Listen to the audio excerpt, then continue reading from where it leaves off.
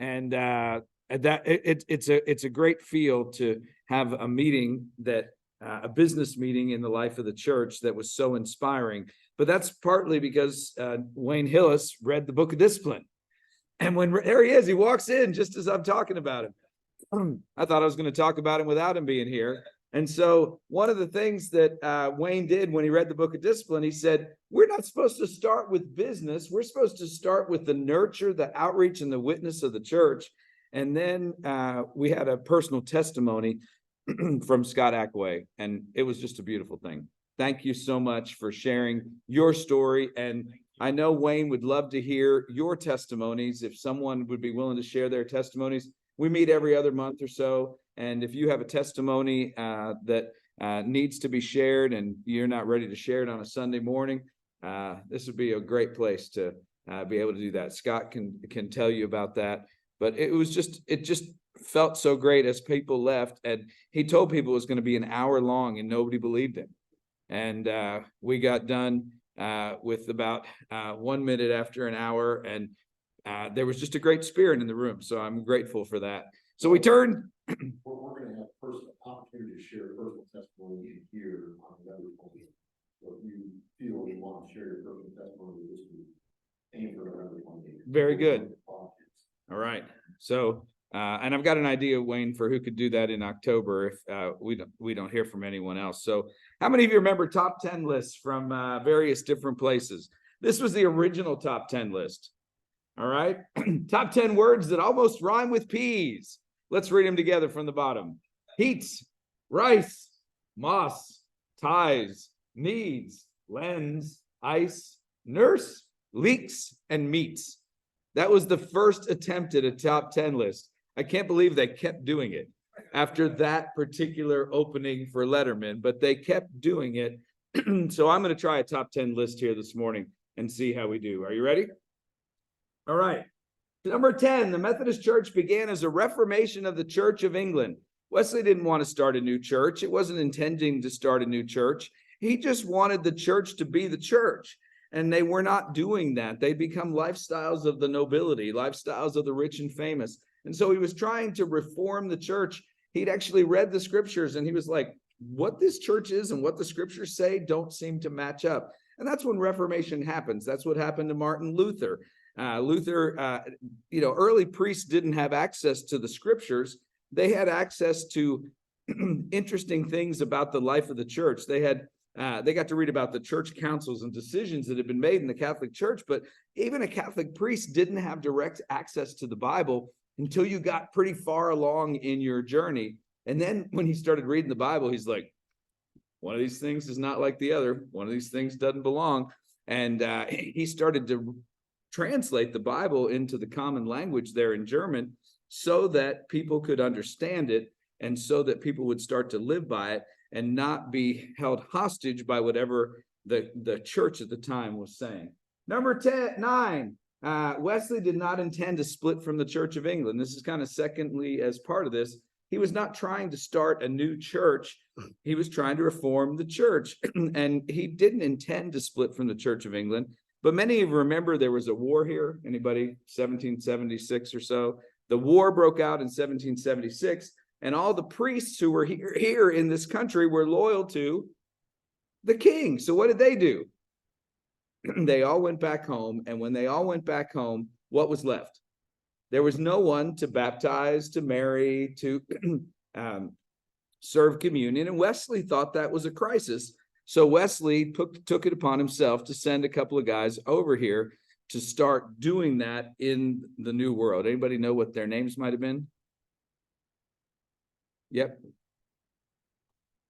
Thomas Cook or Thomas Coke and Francis Asbury. That's where we get Cokesbury from, right? We combine those names for Cokesbury. Number 8, Wesley taught 4 key points fundamental to the Methodist Church. A person is free not only to reject salvation, but to accept it as an act of free will.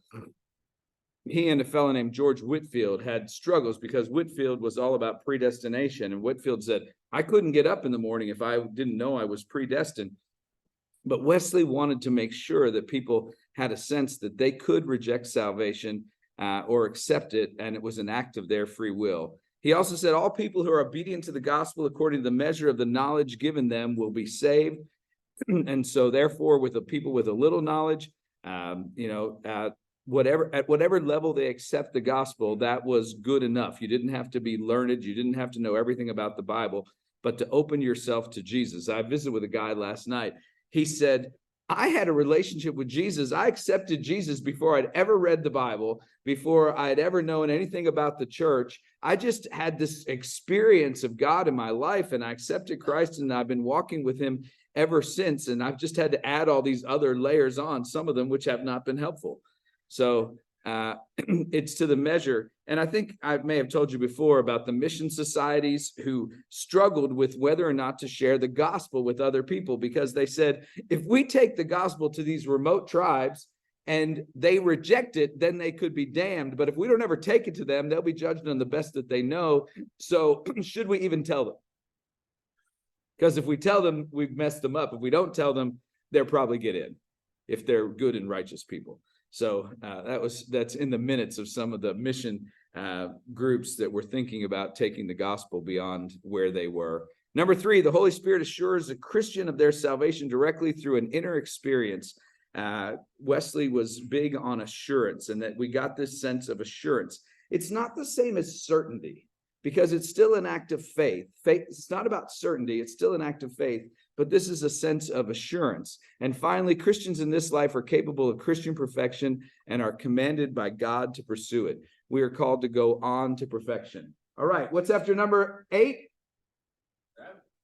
All right, number 7. Methodists are known for their rich musical tradition. Some of the best known hymn writers in Christianity were Methodists. And I love this last line. As a result of his renowned hymnody, the Gospel Music Association acknowledged Charles Wesley's contribution to gospel music in 1995, and Charles Wesley's in the Gospel Hall of Fame. Isn't that cool? Number 6, the Methodist Church has been the largest of the American Church of Methodism. We had about 12,000 members, 42,000 congregations worldwide. That's down by about 7,000 at this point. As about 1,500 churches have closed and 6,000 have left the denomination in recent days. But there are 7 other main Methodist denominations: AME, AME Zion, CME, the Nazarene Church, the Free Methodist Church, the Wesleyan Church, the United Methodist Church, and the Salvation Army came out of the Methodist movement. So those are just a few that we're related to. All right, y'all are really helping me with the anticipation here. Number 5, the Methodist denomination grew from 4 people to over 100,000 in Wesley's own lifetime. That's pretty good. A time before communication was like it is today.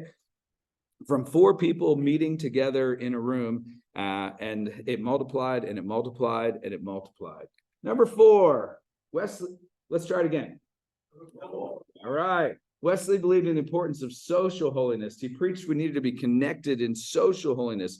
Personal holiness and social holiness. It wasn't just about the individual being holy. It was about us being holy as a group. He believed that you could only grow as Christians in community, surrounded by people of similar faith and conviction. And he said the gospel knows of no religion but social, no holiness but social holiness. This is one of my favorites. Number 3, Wesley coined the term agree to disagree.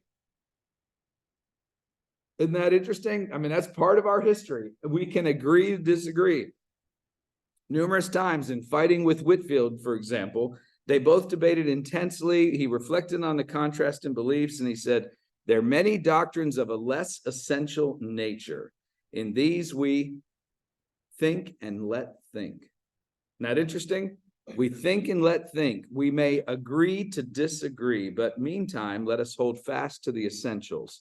This appears to be the first documented use of the phrase. It's an indication of Wesley's manner of sticking to his convictions while remaining connected with those who disagreed. Now, this one you may or may not know anything about. Number 2, Wesley wrote one of the best-selling medical textbooks of all time. Anybody know this? Okay, David and Garrett. The Primitive Physic, an easy and natural method of curing most disease. Anybody need this? If you want to, it's pretty interesting. Some of the things that that he came up with. He has a collection of recipes and all sorts of things. Calissa borrowed this the other day. I don't know what she was ailing from, but I think she was just teaching it. But that's the primitive physic. Wesley was deeply convicted that God was concerned about our earthly life as well as our heavenly one. And it took home remedies and went through 32 different editions. And what did he use the money for? Church, to fund the Methodist movement. And they had all sorts of things. As I said, it was an easy and natural method of curing. And then finally, what's the last one? Number one, although the Methodist Church is declining in Great Britain and North America, it's growing across the world and in Dunwoody. How about that? All right, there we go. So we have been living in Romans 12 for some weeks now.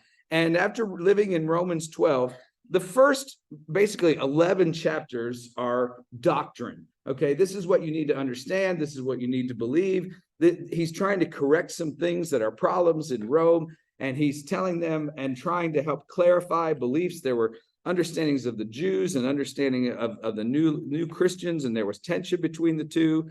And word had gotten to this new church in Rome, and he was trying to help them walk through all of that. And so we turn to chapter 12, which is kind of Christianity for Dummies. It's like, okay, and these are the things that you need to be doing. And we've been walking through those the last 3 weeks. And now we get to verse 9 and 10. And in the Message, it's like a top 10 list. So just here it is. Here's the top 10 list that you think should be doing. If you're going to act as a Christian, these are the things that you ought to be up to. Are you ready? Love from the center of who you are. Don't fake it. Okay? Love from the center of who you are. The problem is some people could be rotten at the core. So loving from the center of who you are, what does it mean to love from the center of who you are? And what is the center of who you are? Don't fake it. Now, at the same time, Wesley said, preach faith until you have it. Okay? So there were times when Wesley felt like he wasn't living out the faith that he was called to. Number 2, run for dear life from evil, hold on for dear life to good. That's pretty self-explanatory, right? Be good friends who love deeply. I like that. Be good friends who love deeply and practice playing second fiddle. Reminds me of the 3 years I took first year cello, and they finally just made me quit because I was so bad. They're like, stop. This is not helping anyone. And I was like, I wanted to learn to play the bass anyway. I never wanted to learn to play the cello. So here I am. I wanted to like pluck the cello, and that was not a thing. Okay, so here they are, just kind of 1, 2, 3, 4. Love from the center of who you are. Run for dear life from evil. Be good friends who love deeply and practice playing second fiddle. And as I said earlier, Wesley said, preach faith until you have it. Wesley lamented during his crisis of faith to his friend Peter Bowler, suggesting that he should quit preaching. He said, I need to quit preaching because I have no faith. This is early in his ministry. He's come here to Georgia. He's tried to convert, quote unquote, the savages like y'all in Georgia, and that didn't work very well in converting the savages. And so Bowler suggests a different path. He said, preach faith until you have it. Then you will preach faith because you have it. Is that fake it till you make it? Is that, is it, act in loving ways until love begins to occur? I know I've had people come to me and say, I've fallen out of love with that person, or, you've heard people say that we've just fallen out of love. And one of the reasons that people fall out of love is they've stopped doing the things that were loving in the first place. So they're no longer acting out of love, and they're no longer holding the car door or doing those extra little things or writing the note or whatever it is. And they've stopped doing those small gestures of love. So the feelings go away. And sometimes it is the marriage that sustains the love and not the love that sustains the marriage. And it needs to be reinvigorated because of we as human beings don't always act in loving ways for one another. And when we're not acting in loving ways, it's hard to feel loving. And so we lose the feeling, and then we blame it on just the feeling level, as opposed to we've stopped doing the things that brought the love to the surface in the first place. And now, here's the second part. He says, don't burn out. Keep yourselves fueled and aflame. Anybody ever run out of gas? Okay. Not just like physically, but, my wife and I, after our twins were born, we finally got a babysitter to go out to a movie. We were going to see The Abyss. You remember James Cameron and The Abyss? And so we were driving to the movie, and guess what? With my not pregnant wife anymore, but still, postpartum, I run out of gas in the middle of the country. And I have to go to the door and ask for someone to help me. And the person comes to the door, I think with a shotgun. I mean, it was just one of those, terrible moments in my life that I've never been able. So I'm almost out of gas today. I'm going to have to go get some. And how do we refuel? How do we get that? When I was ordained, we got ordained, I always say on the stage of Hee Haw, we got ordained up in Blairsville. And the bishop who ordained us was an old bachelor named Bishop Cannon. Anybody familiar with Bishop Cannon? And Bishop Cannon would basically told us that if you're really called, you'll never get burnt out. But if you get burnt out, it's because you weren't really called.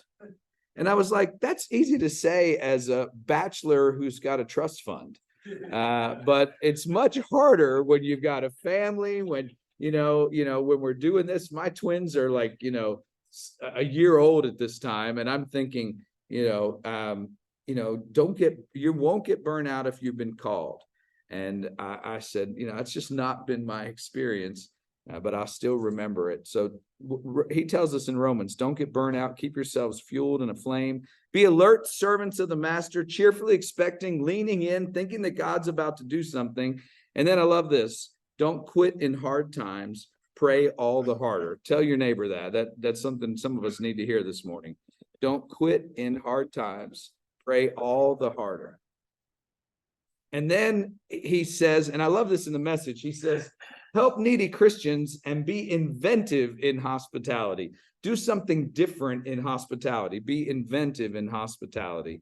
And then, as I said, those are just, 5, 6, 7, 8. There aren't 10. Okay, they're only 8. You could split them up into 10, but they're really only 8. Don't burn out, be alert, don't quit in hard times, and help out needy people. So, okay, it was just a list of 8.